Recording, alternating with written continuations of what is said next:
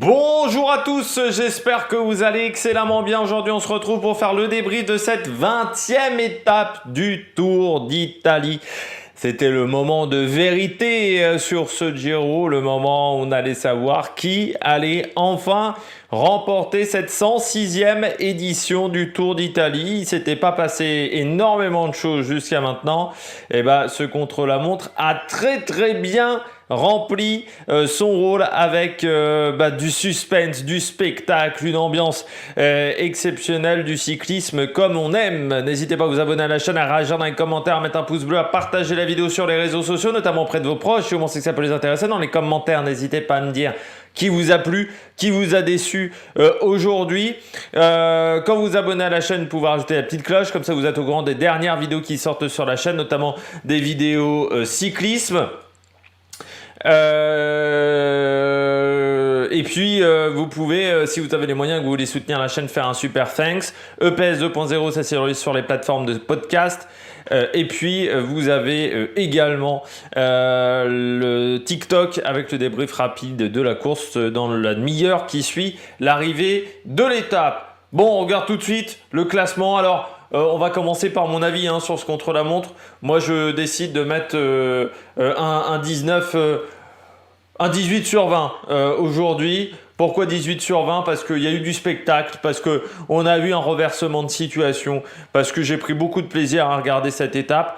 Les seuls trucs que je mettrais en défaut, et c'est pour ça que je ne mets pas 20, déjà parce que je mets rarement 20 dans la vie, mais il y a quand même des défauts dans ce contre-la-montre. Premièrement, je pense que les délais étaient trop grands. 50% de délai, c'était énorme. Il n'y a personne qui est hors délai ce soir, mais assez largement, parce qu'avec des délais de 50%, le temps, ça fait 23 minutes, je crois, de délai. Aujourd'hui, Widerberg, qui est le dernier, était à 13 minutes aujourd'hui. Donc, il n'y a personne qui était hors délai, mais assez large. Donc, ce qui fait qu'il y a...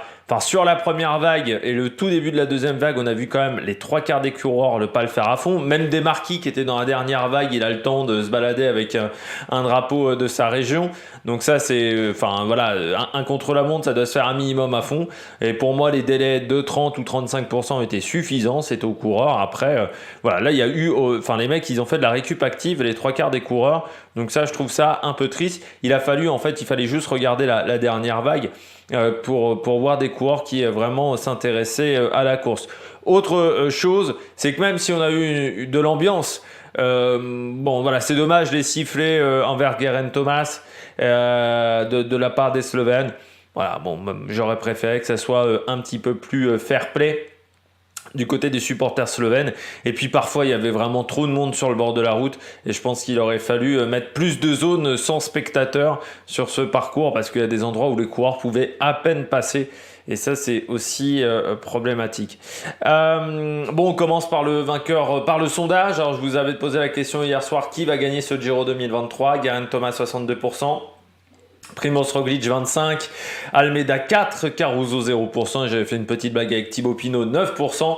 Eh bien, c'est Roglic qui s'impose. On a eu un final Laurent Fignon-esque, comme je dirais. C'est-à-dire vraiment, on a eu le même suspense contre Laurent Fignon et Greg LeMond, ou avec Sastre et Cadel Evans également en 2008, où on avait eu un gros suspense sur le contre-la-montre à Saint-Amand-Montrond.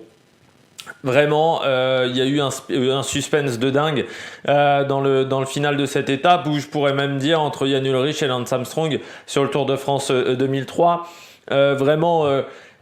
On a rarement eu autant de suspense sur l'arrivée d'une course avec un Primoz Roglic qui était au-dessus aujourd'hui, il faut le dire, et malgré le fait d'avoir déraillé. Et pourtant, quand il déraille, je me dis putain, il a perdu au moins 12-13 secondes à ce moment-là. Faut savoir qu'en plus, le réalisateur nous a bien mis dans le suspense parce que tous ces temps intermédiaires étaient foirés. Et là, je me dis à ce moment-là, putain, c'est pas possible cette malchance-là. Il aura jamais le bonheur. Roglic, il pourra jamais avoir de bonheur dans sa vie. Et puis là, bam, il arrive à gagner cette étape et à faire une démonstration aujourd'hui. 25 de moyenne, quand vous savez qu'il y avait quand même 1070 mètres de dénivelé positif sur même pas 20 km. Vraiment, c'est assez exceptionnel ce qu'a fait Roglic aujourd'hui.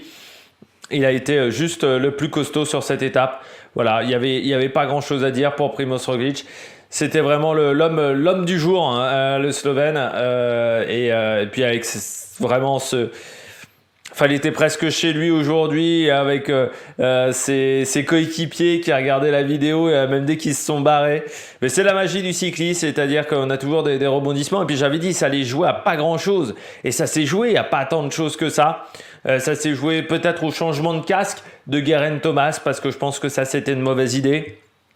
Il perd 7 secondes, 8 secondes avec ce changement de casque. En plus, il a un gros temps d'arrêt. Et je pense que voilà, il n'y avait pas besoin de changer de casque. Alors, je ne sais pas si c'était une obligation de l'organisateur d'avoir un casque maillot rose ou est-ce que c'était juste une demande de Geraint Thomas d'avoir un casque qui n'était pas aéro, plus léger. Mais là, on a été un peu trop dans le gain marginal et ça ne lui a pas apporté suffisamment. Et c'est vrai que peut-être aussi Geraint Thomas est parti un peu trop fort sur la portion de plat. Et j'avais dit, c'est pas sur le plat qu'on va faire la différence, c'est sur la montée. Et peut-être qu'il en a un peu trop mis sur cette portion de plat, Geraint Thomas, vu que malgré le changement de vélo, il était en tête. Enfin quasiment en tête par rapport à Roglic. Il avait 5-6 secondes d'avance sur Roglic sur la portion de plat. Et là, je pense qu'il en a un peu trop mis par rapport à Primož Roglic. Et puis Geraint Thomas, déjà hier, il craque dans les 300 derniers mètres. Donc il était peut-être plus frais physiquement. Moins frais que Roglic. Peut-être que la situation s'était inversée. Mais quand même, la force quand même de Roglic. Il commence sa course, pas de Jan Tratnik qui se fait renverser la veille du départ. Tu pars avec Thomas Glock qui a jamais fait un grand tour, qui est invité de dernière minute. Tu as des mecs qui ne viennent pas à cause de la Covid. Tu es obligé de partir avec une équipe où il y a quand même la moitié de tes coureurs qui ne sont pas dans un pic de forme, qui sont dans une situation physique où ils n'étaient pas prévus pour ce Giro. Tu pars, tu gagnes ce Giro alors que la fois d'avant, sur la course, sur les mois précédents, tu es quand même obligé de te faire opérer de l'épaule, une opération assez lourde. Mais malgré tout, j'ai envie de dire que Roglic est le seul qui a battu Remco Evenepoel cette année sur une course par étape avec Miguel André Lopez. Mais Miguel André Lopez, on peut se demander à quoi il carburait ce jour-là. Et puis Remco Evenepoel n'était pas dans une grande journée non plus, c'était un petit peu emballé, mais vraiment très fort de la part de Roglic. Chapeau Primož Roglic devant Geraint Thomas. Joao Almeida, troisième de l'étape à 42 secondes, ça a été le troisième homme de cette course, on peut le dire. Il n'a jamais réussi à faire la différence, mais voilà, pour Almeida, il se dira d'un côté, je monte sur le podium, je suis maillot blanc de la course, mais de l'autre côté, c'est pas beaucoup mieux que ma 4e place.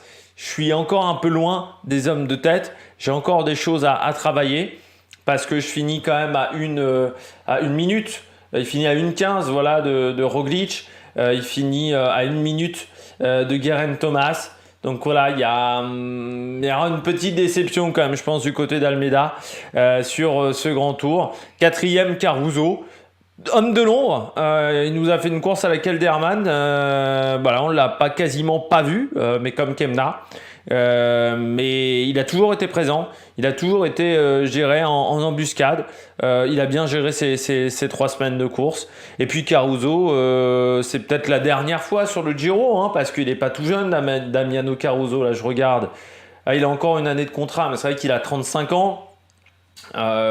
Souvent ces derniers temps en plus il a eu un rôle d'équipier. Sur le Tour de Romandie là il avait pris la 3e place mais sans forcément être si spectaculaire que ça.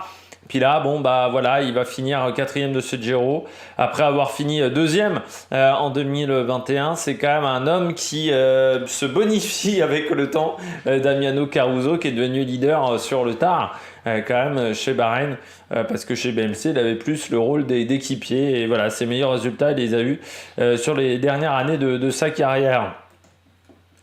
Pinot 5e, je crois qu'il ne pouvait pas vraiment rêver mieux. 5e au général, 5e place aussi.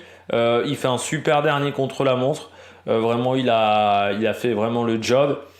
Je crois qu'il n'a pas grand-chose à se reprocher sur cette 3e semaine. Il a donné le maximum. Voilà, il a fait une course à la Thibaut Pinot. C'est-à-dire que le Giro de 2023 de Thibaut Pinot, c'est totalement une course à la Thibaut Pinot. C'est-à-dire avec des moments où on ne comprend pas trop ce qu'il essaye de faire, avec des moments où il essaye de jouer un peu sur tous les tableaux. Sa perte enfin voilà, son étape ratée face à Cepeda, mais c'est totalement l'étape qu'il avait ratée avec Romain Bardet, à se concentrer sur son adversaire et à oublier les autres concurrents. Et voilà, ça a été ce Giro 2023, c'est presque le résumé de la carrière de Thibaut Pinot, c'est-à-dire avec des coups de grâce certains jours, avec une 5e place au général qui doit être sa 3e meilleure place sur un grand tour, hein, après le Tour de France et le Tour d'Italie. Donc voilà. Et puis avec des moments où des douleurs au dos, des douleurs où il était vraiment dans la difficulté mentalement, mais c'est vraiment un résumé, je dirais, ce Giro de la carrière de Thibaut Pinot. Et en plus, il gagne le classement du maillot bleu. Donc voilà, très belle course de Thibaut Pinot, mais c'est vrai que quand tu regardes quand même ces 3 semaines de course, un début de course où il n'est pas vraiment dans le coup, un lendemain de journée de repos où il est un petit peu en difficulté, c'est totalement le résumé de la carrière de Thibaut Pinot, avec des échappées où ça gagne pas, mais où il a fait, je pense, rêver beaucoup de spectateurs. Je dis toujours, Thibaut Pinot, pourquoi il a cette popularité-là, c'est qu'il laisse pas indifférent. Soit on aime Thibaut Pinot, soit on déteste Thibaut Pinot, mais il laisse pas indifférent, et c'est assez rare dans le monde du sport ces derniers temps. Sepp Kuss 6e, qui confirme un petit peu cette bonne 3e semaine. Sepp Kuss, il finit quand même souvent bien ses grands tours. C'est en 3e semaine qu'il gagne sa victoire sur le Tour de France. C'est en 3e semaine où il est le plus performant, Sepp Kuss. Voilà, encore une fois, l'équipier modèle qui a fait le job. Et puis, je vous avais dit, mais Sepp Kuss, je l'avais dit une fois dans les commentaires, mais Sepp Kuss, c'est con, c'est que les quelques fois où il fait les contre-la-montre à fond, il fait souvent des bons contre-la-montre. Le problème, c'est qu'il les fait rarement à fond. 7e, McNulty. Bonne course de McNulty en tant que lieutenant de Almeida. Et puis Arensman 8. Chez Ineos, ils auront des regrets parce qu'ils en ont 3 dans le top 10, mais aucun vainqueur. Arensman qui fait aussi pareil que Geraint Thomas, c'est-à-dire que sur ce contre-la-montre, ça a été compliqué pour le néerlandais. Ça manquait de fraîcheur physique pour Thymen Arensman parce qu'il perd une position par rapport à Leknesund qui termine 8e. Arensman, non, pardon, il gagne une position par rapport à Dunbar. Dunbar, c'est la mauvaise opération du jour. Il finit loin à Dunbar. Il finit 19e seulement de ce contre-la-montre, derrière Bruno Armirail, mais voilà, il a mal fini ce Tour d'Italie. Voilà, il y a eu un jour où il a été très bon, Dunbar, et puis ensuite, les 2 autres jours, il a souffert. Plus beaucoup d'énergie dans la caboche, mais je pense qu'il a beaucoup appris de cette première course en tant que leader sur un grand tour. Et Leknesund, quand même 9e du chrono, 8e du général, pour un coureur qui là aussi était dans sa première fois en tant que leader d'un grand tour. Eh bien, je trouve que c'est une belle performance. Alors il aura un regret, il finit à 1 seconde de Dunbar. Il va peut-être y avoir même une bagarre entre les deux demain, parce qu'il y a encore des bonifs à prendre. Je rappelle, il y a encore des secondes de bonification, donc peut-être qu'on va avoir une bagarre entre Dunbar et Leknesund pour ces secondes de bonification du côté de Rome. Ça pourrait nous donner un petit peu d'intérêt sur ce début de journée. Et puis Lennart Kamna 9e. Bon, voilà, comme j'avais dit, du côté de la Bora, je pense que c'est pas vraiment une grande satisfaction. De plus 10e, Rubio 11, Van Wilder 12. Dommage qu'il ait mis la cagoule, Van Wilder, parce que je pense qu'il a bien souffert au final avec cette cagoule. Il finit loin même sur le chrono. Il fait pas forcément... Il fait 13, non, je le voyais un peu plus loin, il fait 13. Paré-Pinte, bon chrono, 15e. Aussi, très bonne performance. Armirail 18. Bon, il a démarré fort après dans la montée. C'était des grands pourcentages, mais il est qu'à 2,48 quand même de Roglic. Donc, il a 2 minutes de Geraint Thomas. Encore une fois, Armirail sur des courses d'une semaine, ça pourrait être un coureur qui peut jouer des top 10 sur des courses d'une semaine. Ça pourrait être un nouveau rôle à l'avenir qu'on pourrait lui donner. C'est un rôle qu'il voulait avoir, même chez Groupama FDJ.